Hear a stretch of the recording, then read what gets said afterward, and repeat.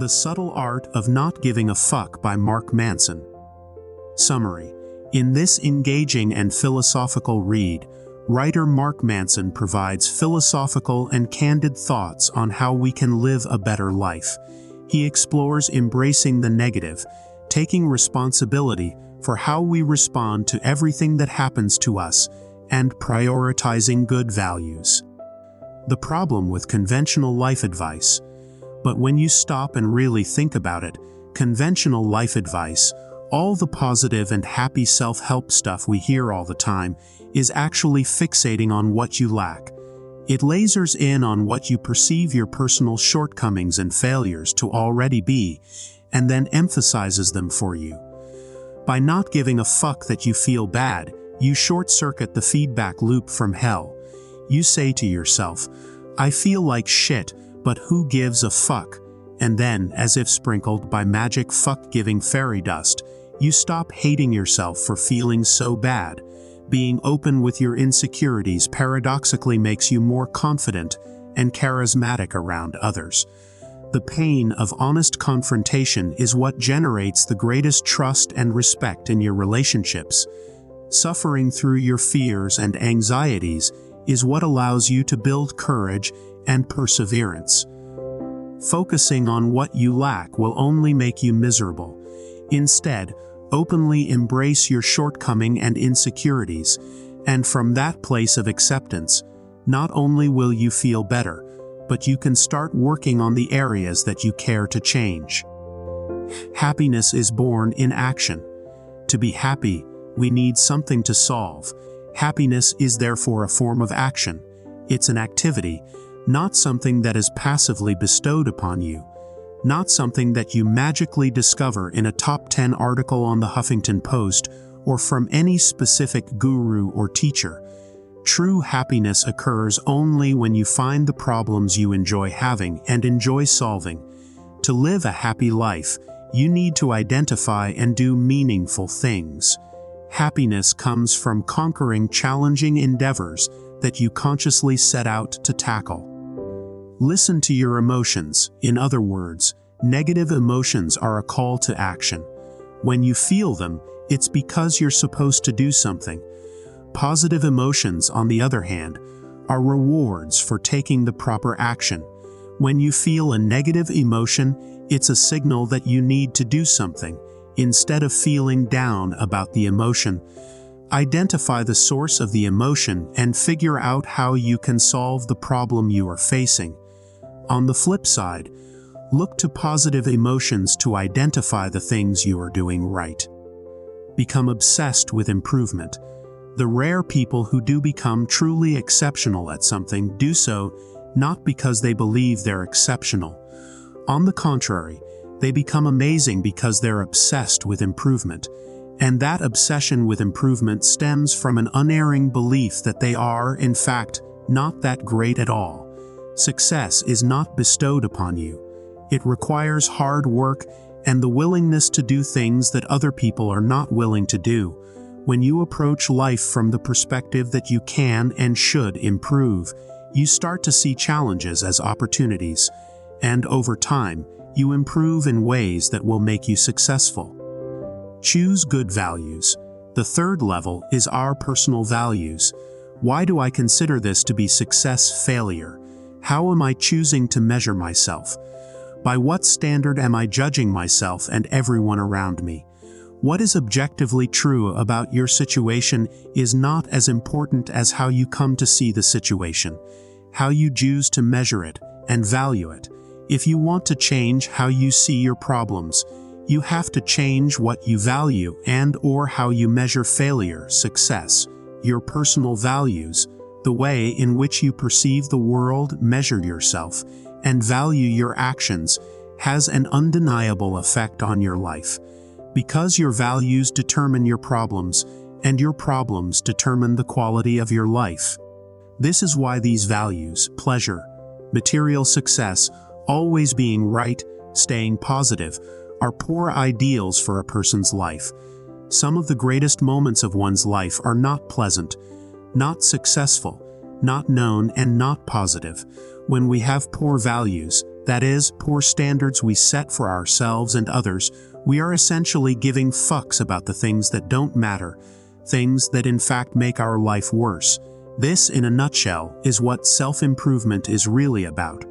Prioritizing better values, choosing better things to give a fuck about. Because when you give better fucks, you get better problems. And when you get better problems, you get a better life. If we have the wrong values, we are giving our limited time and energy to things that make our life worse. So if you want to improve your life, you need to prioritize the right values. Problems are only painful when you don't choose them. Often the only difference between a problem being painful or being powerful is a sense that we chose it and that we are responsible for it. If you're miserable in your current situation, chances are it's because you feel like some part of it is outside your control, that there's a problem you have no ability to solve, a problem that was somehow thrust upon you without your choosing. If you're in a situation that you don't like, it's likely that your discontent is related to not having control over the problems you are facing. If, on the other hand, you have a big set of challenges in front of you that you have chosen, you are likely to be more ready and willing to face those challenges with the right attitude. You control your response. We don't always control what happens to us, but we always control how we interpret what happens to us, as well as how we respond. No matter what happens to you in life, you have the power to choose your response. I learned this principle from Viktor Frankl, and it's one of the most empowering beliefs that you can adopt on your journey to improve your life. You are responsible for your life. Many people may be to blame for your unhappiness, but nobody is ever responsible for your unhappiness but you.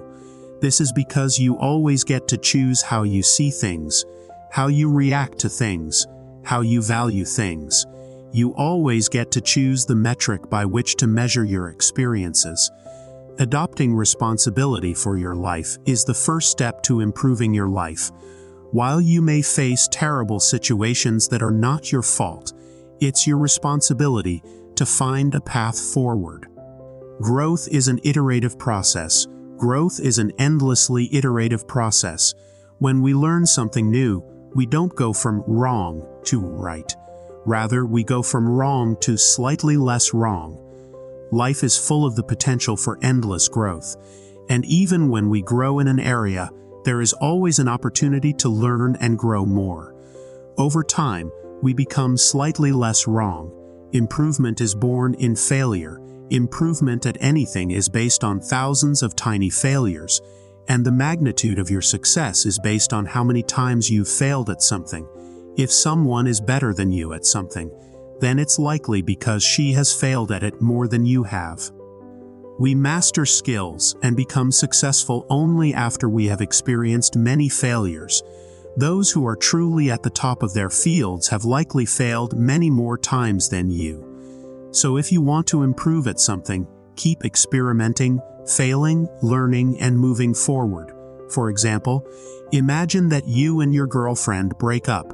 Depending on the circumstances, that may be painful for some time, but once you have time to think, you can begin to understand why the relationship failed and use what you learned for your next relationship.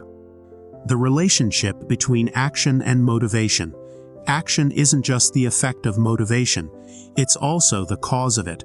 Most people wait until they are motivated to take action, but what these people fail to realize is that action can create motivation. When you act, you make progress, and progress is one of the most powerful motivators that we have.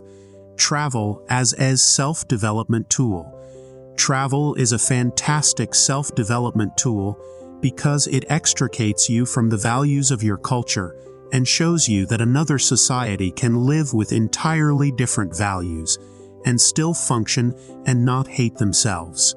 After traveling to over 30 countries in the last 2 years, I've seen how exposure to new places and values can lead to extreme personal growth. In taking you away from what you know, travel exposes you to new values and ways of living. In doing so, it allows you to pick and choose the values that best serve you, rather than blindly accepting the values that you were born into. The difference between a healthy and unhealthy relationship. The mark of an unhealthy relationship is two people who try to solve each other's problems in order to feel good about themselves. Rather, a healthy relationship is when two people solve their own problems in order to feel good about each other. In your romantic relationship, are you seeking something by solving your partner's problems, or are you working on yourself and your problems so that you can better enjoy your relationship? The difference is critical. Cheating comes down to values. If people cheat, it's because something other than the relationship is more important to them. It may be power over others. It may be validation through sex. It may be giving in to their own impulses. Whatever it is, it's clear that the cheater's values are not aligned in a way to support a healthy relationship. If you cheat on your partner, you're prioritizing something over your relationship. Confront your mortality. Because once we become comfortable with the fact of our own death, the root terror, the underlying anxiety motivating all of life's frivolous ambitions, we can then choose our values more freely, unrestrained by the illogical quest for immortality and freed from dangerous dogmatic views. This willing and even exuberant interfacing with one's own mortality has ancient roots. The Stoics of ancient Greece and Rome implored people to keep death in mind at all times in order to appreciate life more and remain humble in the face of its adversities. Much of our lives and choices are driven by our unconscious fear of death, but when we confront this fear of death, a reality that will happen to all of us, we are free to more freely choose our values and make choices independent of our fears.